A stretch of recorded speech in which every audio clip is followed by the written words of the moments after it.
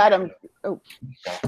Amanda, Charlie, Tom, Zach, thanks for joining me. We are going to talk about Best Guest Actress in a Drama Series. This year we have 3 from The Handmaid's Tale. We have Cherry Jones, Samira Wiley, and who's this? This is Kelly Jenrette. So they've submitted the episodes After, Baggage, and Other Women, and not necessarily in that order. We also have 2 from How to Get Away with Murder. That's Cicely Tyson and Viola Davis, but Viola Davis is actually nominated here for Scandal. And we have our apple in the bag of oranges, which is Diana Rigg for Game of Thrones for the episode The Queen's Justice. So who thinks the apple in the bag of oranges will win just to satisfy Gold Derby? Me. You know what? Of anyone performance-wise this season on Game of Thrones who got a lot of attention, it's Dame Diana Rigg. She really proves why you can win an Emmy with one scene in any category. It's really, 1, it's a long scene, and 2, he just gives us a masterclass in less is more. Yeah. And really makes you go, damn, you're gonna miss her. You're gonna miss her. Talk about going out in style. She does it amazingly well. Mm-hmm. And that's the type of exit that Oscar Wilde would be proud of. I think anyone who dies on a television show, when you look at like Giancarlo Esposito, like that's a great death. He might have just beat him with that "Tell Cersei I want her to know it was me." It's like, damn, like, whew, you really hit the juggernaut this season, and it was so good for the writers to know this was it. And she was in one episode before, and I was like, okay, she's good in this. Okay, if this is it, this could be her submission. And then to see this, and just that look on her face when she saw all of the Lannister troops. And I remember when that episode aired, we were, a lot of Game of Thrones people were, chatting about we're talking about everything that's going on in the episode. But then that scene happened at the end of the episode. And that's all anyone was talking about. And this was a big episode to begin with, because remember, this is when Daenerys and Jon Snow met. This was already a big episode. And we're like, oh my God, this is so great. And then you're like, Diana Rigg. I mean, it's like she stole 40 minutes worth of everyone's time with just one scene. I forgot that was even that same episode, because all I think of for that episode is Diana Rigg. Yeah. Well, I hate to rain on everybody's parade, but let me say, it's okay. So don't you dare. She has a very strong chance of winning, but I would just like to remind everybody that the Television Academy is not a sentimental group of people. I know that they rewarded Jon Hamm for the last season of Mad Men under this new voting system, so that does bode well for her. But I mean, if just going through these guest categories, or you can point to somebody like Robert Morse in Mad Men, who was nominated over and over and over and over again, and never won for his last. But I don't think he had the real attention. No, he never had the episode. All right, and that was a completely different voting system. He might have won in a popular vote. All right, I'm just saying. This is the Television Academy. They don't care if it's let me make the point. They are not as sentimental, and they are not as wrapped up in wanting to see these people win awards for your favorite characters as we are. So I mean, I think, and especially, name another person besides Peter Dinklage who has ever won an acting award for Game of Thrones. There's always a first. All right. Well, I'm just saying, I think this is something that Gold Derby wants. But I think this category has lined up perfectly for her, because Viola Davis and Cicely Tyson, I love you. They're name check nominees. And then you have, forget the one from The Other Woman. Samira Wiley and Cherry Jones are going to cancel each other out, I think. See, I disagree with you on that. Cherry Jones is in 5 minutes of her episode as June's mom. Yeah, I disagree with you on that completely. That's a name check too. Samira Wiley, listen. Samira Wiley could very easily win this over Diana Rigg. And here's why. I'm not sure it's easily, but I think this woman got nominated for supporting actress last year out of nowhere. I mean, nobody was predicting her. But she had a hell of a year last year. Like, let's remember that, like, she was in Handmaid's Tale and she made her big exit on Orange is the New Black. And which nobody cares about, but go on. But I still think that people knew about that. And, you know, if it's Diana Rigg or Samira Wiley, I will be overjoyed. I think both of them, it's really a good race between the two of them.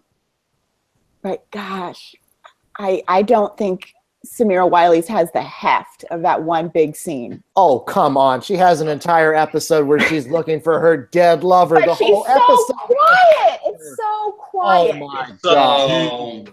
Hey, and you want to talk about quiet? Alexis Bledel didn't say a damn thing in her episode last year. By the way, let me say this. I love Samira Wiley's episode. It's very emotional, but I don't. She's so separated from the rest of the storyline. I wonder if that kind of hurts her. This was Alexis Bledel in her episode. Let me just say Alexis Bledel was still a handmaid. Like, let me say that. Well, her episode really dealt with so many female issues as far as vaginal mutilation and. Well, let me say this. Okay, so I know that we shouldn't look to the Creative Arts Emmys as any indication of what's going to happen at the primetime ceremony. Oh my God! Yeah, I'm with Riley on this one. Let me finish. I know that you guys all want Diana Rigg to win, but let me just get the point out. Alexis Twin Peaks didn't get nominated. He's got to ruin all of Emmy season for the rest of us. Oh my God.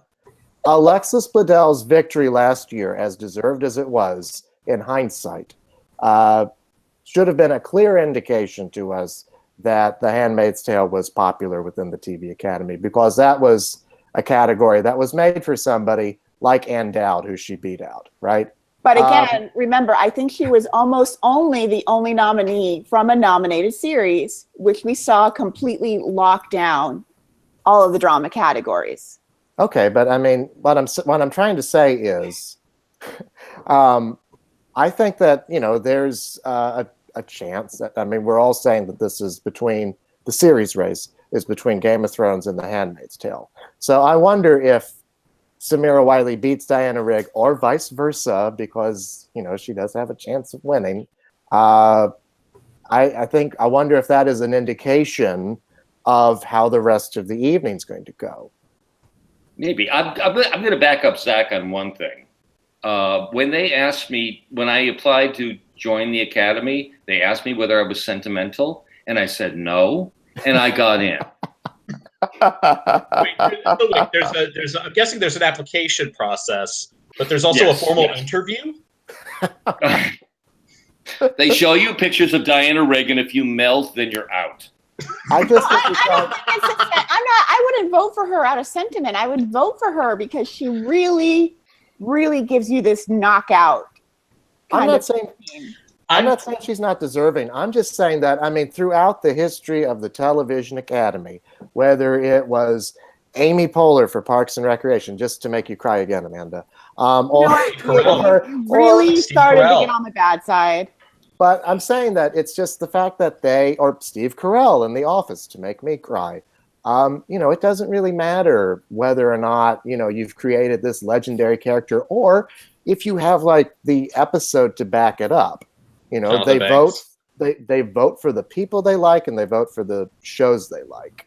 Oh, and I don't think the only thing that's the thing that actually makes me not want to predict Diana Rigg is because I just feel like she is what would, you know, you would look at these and you would think she's the clear front runner. And so because of how crazy these guest acting categories are, that automatically makes me want to just move away from it. Because she's never competed in a popularity vote. I'm just saying, it's just because remember, they've still, in a popular vote, they still went with Margot Martindale at least once. You said it. To which my computer screen is very sorry. And also, I'll say this. I mean, like, and you know, let me just say, Charlie's not allowed within 500 feet of her, but you know, it would make me very That's happy. for a different reason. It would make me very happy if Diana Rigg won. But I'm having flashbacks of 2 years ago, different category, albeit, but when Max von Sydow looked like a sure thing to win for Game of Thrones. He was a popular actor. It was his first Hollywood award, and he lost to Hank Azaria and Ray Donovan. But Hank Azaria is like a 7-time Emmy winner before that, so it's not like he's not popular. I mean, how many Emmys does Diana Rigg have? I know, but we're really playing with a full deck here, because either one of these women who win, because it really is between Samira Wiley and Diana Rigg, with whoever wins, I'm going to be happy for regardless. And watch, it's going to be Kelly Red after that. Well, can I just bring up something about her? Go ahead, Tom. I just wanted to. And Samira O'Reilly is working the room. Diana Rigg can't, because she's stuck in New York with 8 performances a week of My Fair Lady, so she can't come out. You just got to tell me. It could with Drama Queens, yeah, but I don't know whether meeting Samira O'Reilly and how delightful she is might not help her more.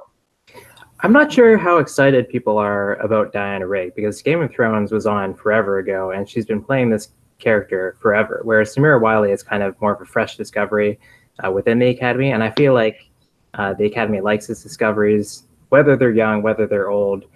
I feel like since we moved to a popularity voting system, they often award people that they feel like haven't gotten their due.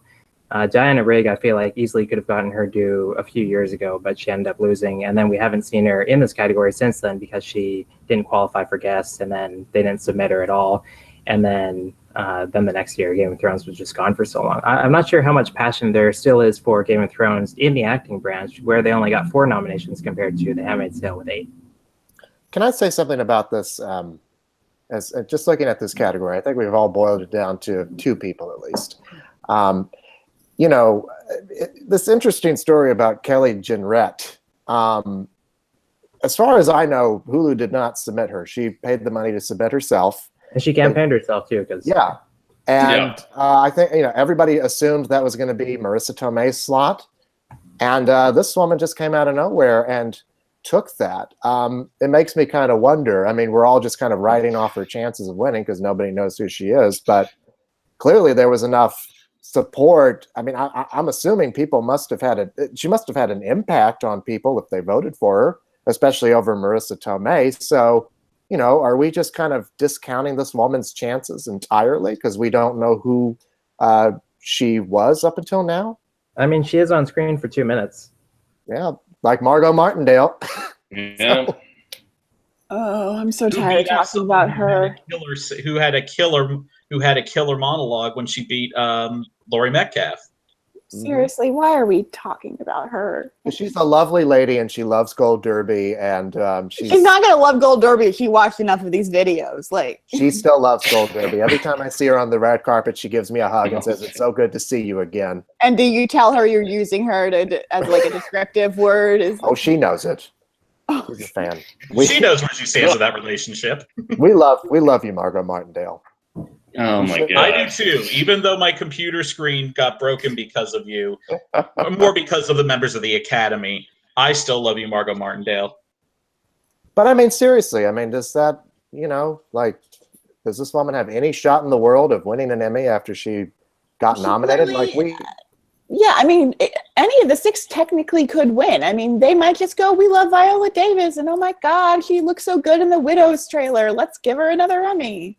I just hope that I think after her awkwardness on stage last year, Cicely Tyson probably won't win. But well, I think if Cicely Tyson was going to win, she would have done it by now. Well, we thought she was going to win the first season. Yeah, she really should have. Was it Margot Martindale who beat her the first season? I don't think so. I think it was. Yes, it was. Yeah. Oh, it was. Yeah, seriously, she really deserved the first nomination, but sometimes they like to go with with a show. They'll award a show that's been on that, like they did with Margot Martindale and The Americans. That was on for a couple seasons before. It was before Margot Martindale got into guest and won. Mm-hmm. All right, Yeah. let's hear everyone's top threes in this category. Amanda. Diana Rigg, Samira Wiley, Sherry Jones. Charlie? I'm going to say Samira Wiley, Diana Rigg, and Viola Davis.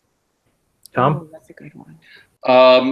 I would say Diana Rigg, Samira Wiley, and Cherry Jones, I think. Okay, and Zach? Tom is a smart man.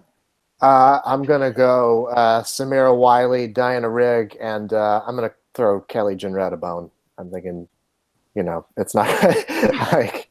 For chutzpah. Yeah, And, like, I mean... That's fine. You, lady, I mean, This category really had a lot of opportunities to put in some people who didn't deserve it. Like, they didn't nominate Alfre Woodard. This woman, I mean, kudos to this woman. Like, she just freaking doubled her salary. She just got herself some work on other shows and some name recognition, and she's about to get herself a Wikipedia page finally. So, and you know what? I do remember her character from the show, and that look that she gives Elizabeth Moss when she's holding Hannah, and that it could have been my life. It is a good, yeah. not to undercut just because of the time thing. It is a good 3 minutes, and Clearly, it made an impact on enough people for her to get nominated. So. And hey, just because something's short doesn't mean it's insignificant. I mean, look at both nominations that Jane Fonda got for The Newsroom. Mhm. She was only in those episodes for like 5 minutes total, but it's what you do with that time. And both times she was nominated, she was a serious threat to win because she was amazing with the time, with the limited time that she had. Mhm. Kelly Jenrette actually was in her episode more than Cherry Jones was in the episode that she was submitted for, because Cherry Jones was initially on the ballot for an episode that she wasn't in. Kelly Jenrette was actually right next to her. I feel bad for Sherry Jones because I think the last three episodes, Holly, that would have been a better submission. I mean, seriously, that's one of these people that Hulu, while they might have won a series race, they're still newbies to this, because they really should have planned their season out to have all 13 episodes available, because Sherry Jones would have had a serious chance of winning with Holly, and they would have got Bradley Whitford in. Like, it'll still help their chances winning, since they'll have seen it by the time they vote for the winners. My top three would be Samira Wiley, followed by Diana Rigg, followed by Cicely Tyson. And I hope we've been helpful in this video.